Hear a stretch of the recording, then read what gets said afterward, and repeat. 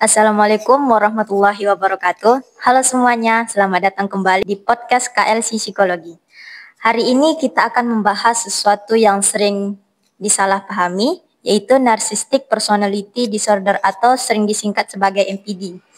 Banyak dari kita yang gampang banget ngecap orang lain itu narsis, cuma karena mereka kelihatan percaya diri, suka ngomongin diri sendiri, atau aktif di medsos. Tapi apa semua orang narsis itu gangguan kepribadian atau cuma karakter? Dan hari ini akan kita bahas bersama Ibu Masnika Malia. Halo Bu. Halo Afifah. Jadi Bu, sebenarnya NPD ini apa sih Bu? Oke, kita membahas tentang NPD kali ini ya. NPD itu adalah Narcissistic Personality Disorder atau gangguan kepribadian narsistik.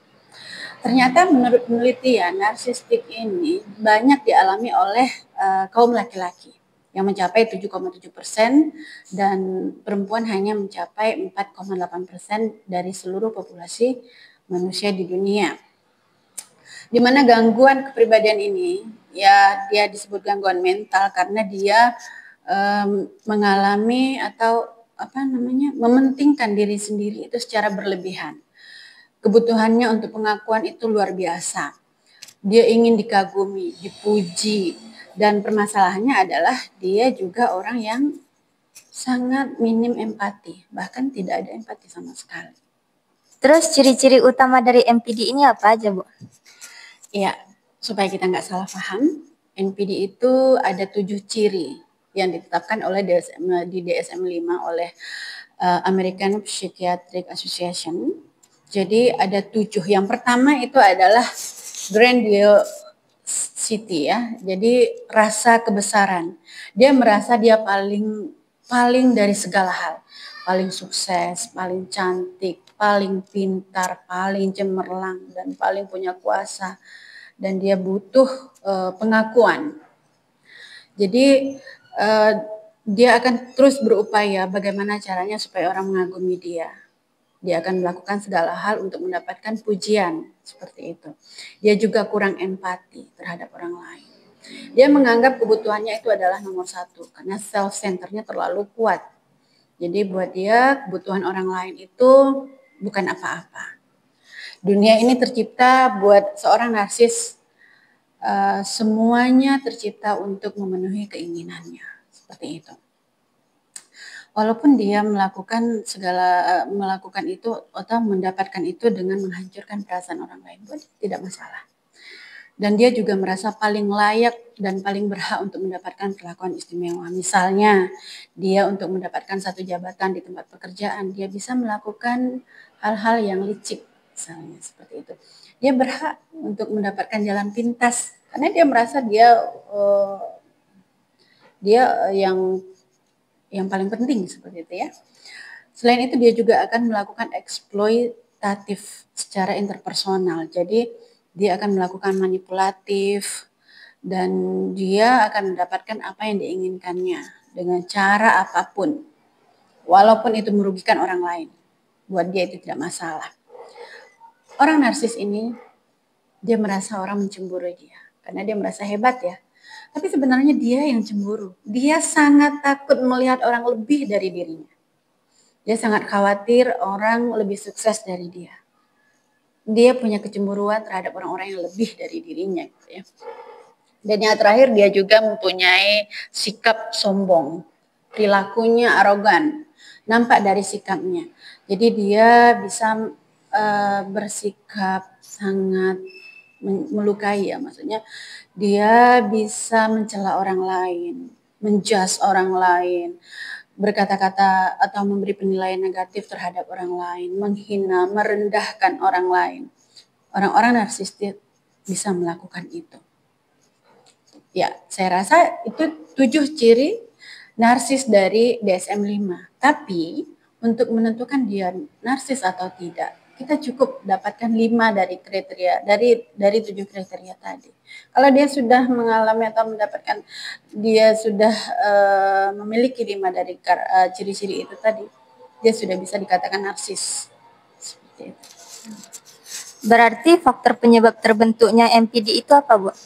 Faktor penyebab terjadinya NPD itu pada diri seorang biasanya itu adalah pengalaman masa lalu atau pengalaman masa kecil yang tidak menyenangkan. Mungkin dia mengalami traumatis dalam rumahnya, dia mengalami penolakan, atau dia dikecilkan di dalam rumahnya, tidak dipedulikan, diabaikan oleh orang tua yang terlalu sibuk misalnya. Terus dia juga mungkin mendapatkan perlakuan yang tidak layak, tidak menyenangkan. Atau ada lagi penelitian yang lain yang mengatakan NPD ini bisa diakibatkan dari keturunan. Coba lihat, misalnya kita aja, kalau kita ingin apakah aku benar-benar NPD apa enggak, bisa kita lihat pada keluarga. Apakah ada di antara keluarga kita, saudara kita yang juga NPD, yang memiliki 7 karakteristik di atas? Kalau memang ada keluarga kita yang NPD, bisa jadi kita juga mengalami NPD itu. Tapi jangan lakukan self diagnostik. Kalau misalnya ya hari ini kita membahas NPD, saya mencoba untuk mengenalkan kepada rekan-rekan semua mengenai siapa itu NPD. Terus nanti Anda merasa, oh jangan-jangan aku NPD. Muncul rasa tidak nyaman pada diri sendiri dan diabaikan. Itu berbahaya. Kalau memang kita merasa, oh ya mungkin aku bagian dari NPD dan khawatir menyakiti orang lain atau merasa tidak nyaman, jangan sungkan-sungkan untuk menemui psikolog atau psikiatri. Seperti itu. Lalu dampaknya terhadap hubungan sosial gimana, Bu? Dampaknya terhadap hubungan sosial itu pasti ada ya. Dia akan mengalami masalah dalam menjalin hubungan dengan orang lain. Karena narsis ini dia akan melakukan manipulasi emosi terhadap korbannya. Dia akan mencoba membuat korbannya merasa bersalah, walaupun dia yang melakukan kesalahan itu. Kita ambil kasus rumah tangga misalnya, seorang laki-laki yang melakukan perselingkuhan terhadap istrinya, gitu ya. Tiba-tiba istrinya tahu dia selingkuh. Apa yang dilakukan oleh seorang narsis? Dia akan mencoba membuat banyak alasan sehingga korbannya merasa perselingkuhan itu diakibatkan kesalahan dan kekurangan dari korban ini. Misalnya dia mengatakan istrinya tidak melayaninya di rumah, istrinya tidak mau masak atau apalah itu alasannya, sehingga korban mungkin merasa iya ya gitu. Mungkin saya yang salah. Atau dia melakukan gaslighting. Gaslighting itu membuat korbannya meragukan kewarasannya sampai tadi yang pertama kan dia mencoba untuk membuat korbannya merasa bersalah. Sekarang dia terus meyakinkan bahwa ini kesalahan si korban. Jadi korbannya meragukan. Jangan-jangan memang kesalahannya ada padaku. Sampai pada titik itu. Dia akan berupaya terus sampai korbannya merasa aku yang salah. Ini benar, sepertinya aku yang salah gitu ya. Dan di samping itu juga dia melakukan mengisolasi pasangannya dari lingkungan luar. Misalnya dia melarang istrinya untuk bergaul dengan tetangga-tetangganya, tidak boleh ikut kegiatan-kegiatan di luar rumah, atau dia melarang istrinya untuk berhubungan dengan keluarganya lagi, seperti itu, supaya korban tidak bisa lari dari dia. Dan korban merasa hanya dialah orang yang dipunyai, dimilikinya, dan hanya dialah orang yang mengerti terhadap diri si korban itu. Selain itu juga dia akan melakukan pengendalian terhadap finansial. Misalnya di rumah terhadap istrinya dia sangat sangat hati-hati dengan keuangan, atau keuangan itu dikelolanya sendiri. Dia menghasilkan uang, dia mengelola keuangan, dan dia tidak memberikan istrinya memegang uang atau mengelola keuangan. Jadi tujuannya adalah supaya istrinya merasa ya dia tidak punya power, tidak punya daya apa-apa ya tanpa suami. Dan dia melakukan penyiksaan psikologis juga terhadap si korban. Pelaku narsis, dia tidak segan-segan menjatuhkan orang lain dengan cara yang kotor. Misalnya juga dia menghina, merendahkan, dia memberikan penilaian-penilaian negatif, ya mungkin mengatakan istrinya pemalas lah, tidak menghasilkan, menghabiskan uang segala macam dia akan lakukan. Bagaimana mental istrinya akan down seperti itu. Dan dia ya itu dia lakukan dengan tanpa perasaan, karena dia ingin tetap dia yang terbaik, dia yang menang, dan istrinya tetap harus lebih rendah dari dia. Terus Bu, mengapa individu dengan MPD itu sangat sulit merasakan empati terhadap orang lainnya, Bu? Karena dia merasa kebutuhannya di atas segalanya. Dia menganggap dunia ini tercipta untuk memenuhi keinginannya sendiri. Dan kepentingan orang lain itu tidak ada gunanya. Yang penting kebutuhannya tercapai.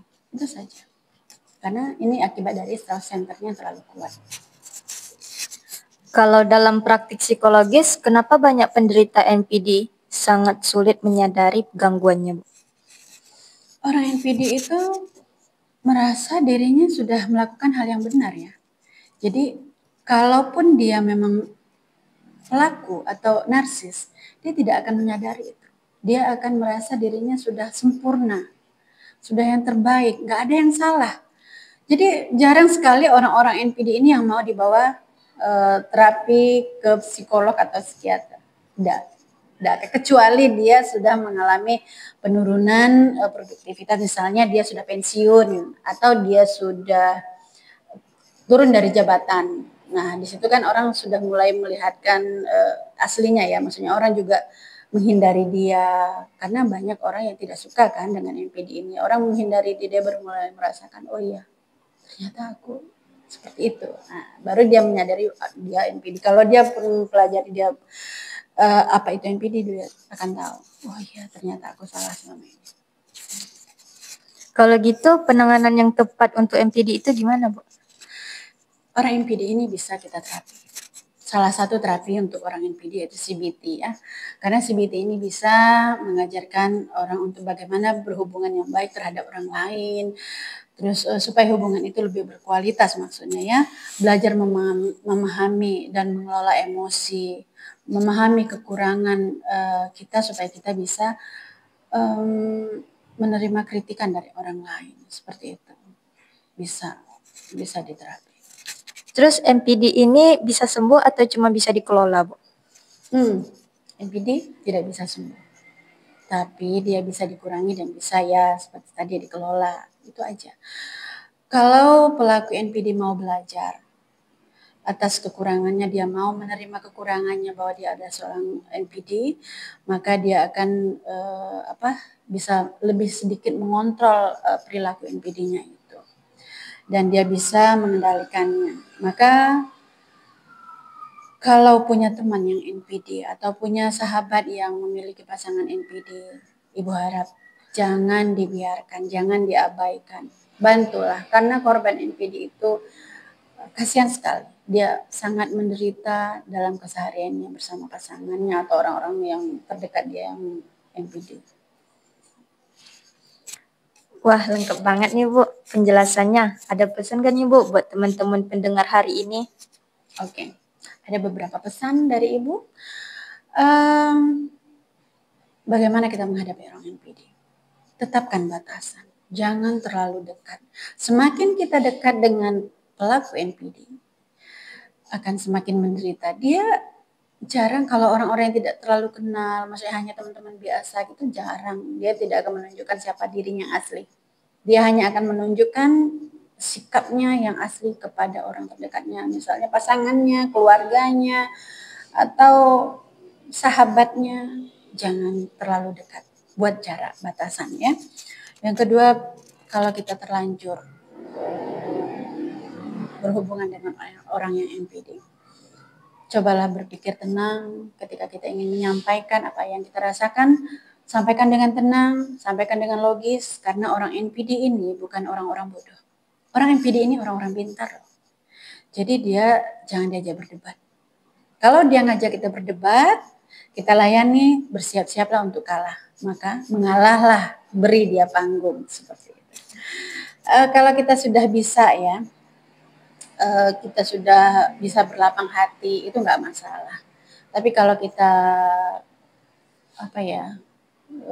merasa nggak kuat menghadapi NPD, mungkin kita punya pilihan-pilihan lain.